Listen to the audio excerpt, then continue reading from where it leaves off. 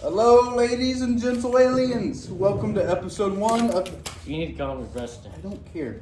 Welcome to episode 1 of the Rubs on Record podcast. This podcast will deal with interviewing Supreme Court justices and their situation for famous cases. Today we have Supreme Court Justice Robert Jackson. I said chew the gum.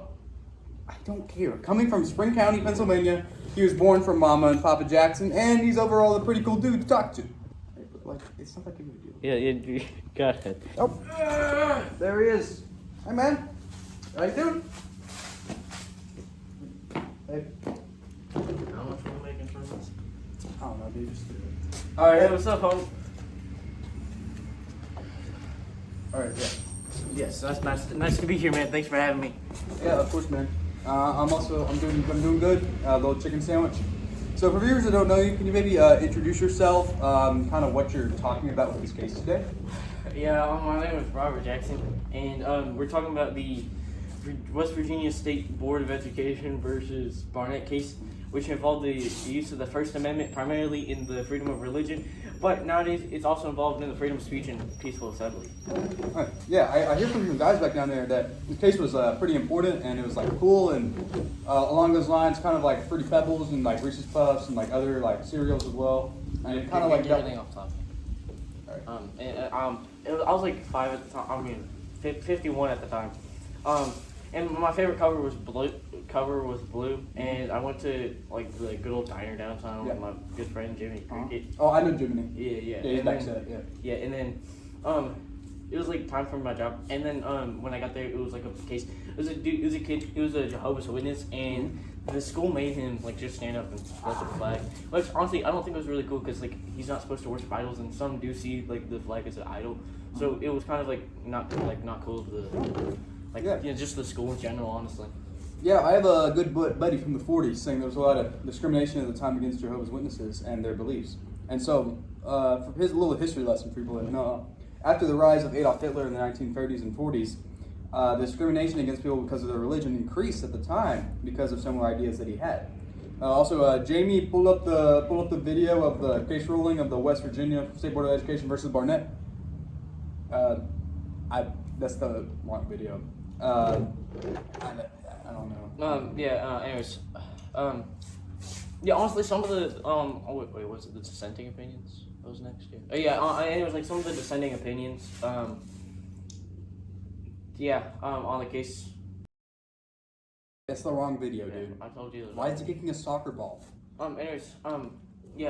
some of the dissenting opinions, it was like 6-3 decision, and the 6 people were me, Black, Douglas, Stone, Murphy, and Rutledge.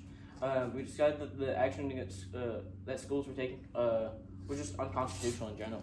And for me, this goes back to another case I worked on called Maynardsville versus Gabadis. And I was like the only one that was dissenting in that case. So when this case came out, I realized that if I signed this into admission, then this case would overrule the Maynardsville case. And the dissenting opinions in this case was mostly by Frankfurter when he said that the court was exceeding the scope of judicial role and mistaken on a legislative function of striking down a law. Hey, Robert, do you think our British name is like British factors? I don't think so. Is it that? It might be the gum, though. I don't know. Okay, I don't know. Yeah, that sounds interesting. Nowadays, would you say that this case is a landmark case? Because I honestly really think it is. Well, yeah, honestly, I agree. I do think it's a landmark case, still to this day. I mean, the meaning has changed a little bit, like from specifically the freedom of religion to more of like a freedom of speech and peaceful assembly. I mean, I would also say violence rates against people because of their religion has improved a lot just because of this case. I mean, it's done a lot for those people. Yeah. Nowadays, a lot of people are using this case to support their right to free speech and peaceful assembly. The act of not saluting the flag and saying the pledge is now mostly viewed as a type of rebellion against the government, less than kind of a restriction the government is putting on freedom of religion. Is there any more personal opinions you have about the case at all? I mean, for starters, yeah, this is like a landmark case, and this right without people knowing it is used every day in schools. Many students don't salute to the flag or say the Pledge of Allegiance to act cool or different, but the real history of that case is something many people don't know about. It's just really influential, and it's hard for like some students. Yeah. Well, thank you for coming out here on the podcast for today. I appreciate you being on here. I hope you have a great day. Next on Robes on Record. You are so wrong about this. Lucky Charms are so better. No, Lucky Charms are carried by the marshmallows. No, they are not. I mean, the marshmallows are good, but you are right. I'm not doing this more. This is a dumb argument. Lucky Charms aren't that bad. Bro, Wait. you need to stop. No, we're talking about Fruit Loops. Sorry, look, Fruit Loops are amazing. No, we're talking about Pops. What are you talking about, dude? I'm tired of your stupidity. All right, dude. Episode 2, Bostock versus Clayton County. Out now. Hello, ladies and gentle Eaglians. Thank you for tuning in today on the podcast.